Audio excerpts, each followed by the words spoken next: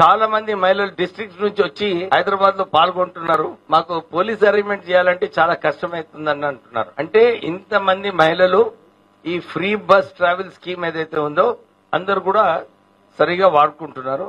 So ఇదొక మంచి విషయము. మీరు ఏదైతే రాష్ట్ర ప్రభుత్వము మహిళలకు మీకు ఈ సౌకర్యం కల్పించాలి. సన్న బియ్యం కూడా మన కుటుంబ సభ్యులకు మంచిగా ఉంటదని చెప్పి 12,000 కోట్ల రూపాయలు. ఎందుకంటే ఇంతకు ముందు మీకు దొడ్డు బియ్యం వస్తుండే కదమ్మా, కానీ ఈసారి మీకు సన్న బియ్యం ఇవ్వడంలో రాష్ట్ర ప్రభుత్వము 12,000 కోట్ల రూపాయలు ఖర్చు పెడుతుంది. అంటే ఇలాగే నేను మా నియోజకవర్గంలో ఈసారి డిస్ట్రిబ్యూషన్ చేయడం జరిగింది. ఆశ్చర్యపడిపోయినాను.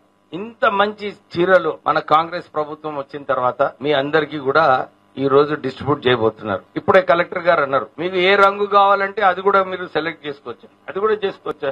చేసుకున్నారా? అచ్చా సెలెక్ట్ చేసుకున్నాకనే ప్రింట్ చేస్తాను. చాలా బాగుంది.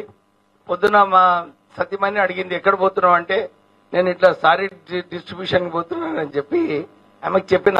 సో ఆమె అన్నది అరే నాకు కూడా ఒకటి తీసుకురా అని చెప్పింది. ఎందుకంటే నేను ఆమెకు చెప్పిన చాలా బాగున్నాయి ఈ చీరలు. ఇంతకుముందు ఇచ్చిన ప్రభుత్వం 200 రూపాయలు అట్లా కాదు. ఇది మన తెలంగాణ పద్మశాలీలు ఏదైతే కుట్టినరో సిరిసిల్ల కరీంనగర్ లో ఇక్కడ మన తెలంగాణలోనే ఈ చీరలు కుట్టించిన చీరలు అన్నమాట. అయితే మనం అందరము తెలంగాణ వచ్చిన తర్వాత మనమందరం మన భాష మన యాస అనుకుంటున్నాం కదా. అయితే ఇది తెలంగాణ ఈ చీరలు కూడా మన తెలంగాణ చీరలే. సో అందరు కూడా ఈ చీరలు మీరందరూ కూడా మంచిగా వాడుకోవాలి. ఎందుకంటే రేవంత్ రెడ్డి గారు ఒక ఆలోచనతో ఏదది ఇందిరాగాంధీ గారు మన మహిళ ప్రధానమంత్రి ఉన్నారు 11 సంవత్సరాలు.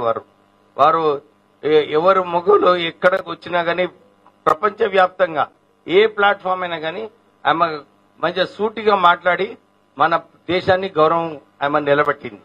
సో వారి పేరు మీద ఈ రోజు మనం ఇందిరమ్మ సారీస్ ఈ కార్యక్రమం తీసుకోవడం జరుగుతుంది. సో ఇప్పుడే కలెక్టర్ గారు కూడా ఇదే అన్నారు, సార్ మనం ఈ సిద్దిపేట డిస్ట్రిక్ట్ లో సుమారు 74,000 మందికి రేషన్ కార్డ్స్ ఉపయోగపడేలాగా ఇవ్వడం జరిగింది.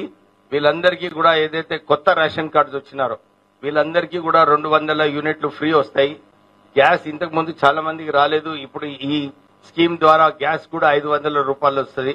సో ఇవన్నీ కార్యక్రమాలన్నీ కూడా మహిళల మంచి కోసమే, మహిళల అభివృద్ధి కోసమే రాష్ట్ర ప్రభుత్వం చేస్తుంది. సో మీరు ఈ విషయాలన్నీ కూడా గుర్తు పెట్టుకోవాలి. మీకు మహిళలకు కూడా మీకు మంచి కలెక్టర్ గారు కూడా మహిళనే ఉంది. సో మీ సమస్యలు ఆమెకు మంచిగా అర్థమవుతుంది. మీకు నిజంగా ఏమైనా సమస్యలు ఉంటే మీరు కలెక్టర్ గారి దగ్గరికి వెళ్లి మీరు మీ సమస్యలు చెప్పుకోవచ్చు. సో రాష్ట్ర ప్రభుత్వం కూడా వారికి ఏదైతే మహిళలకు ఏదైతే ప్రాధాన్యత ఇవ్వాలో ఈ ప్రాధాన్యత ఇస్తూ ముందుకు వెళ్తుందని చెప్పి మీ అందరు చెప్తూ ముగిస్తున్నాను.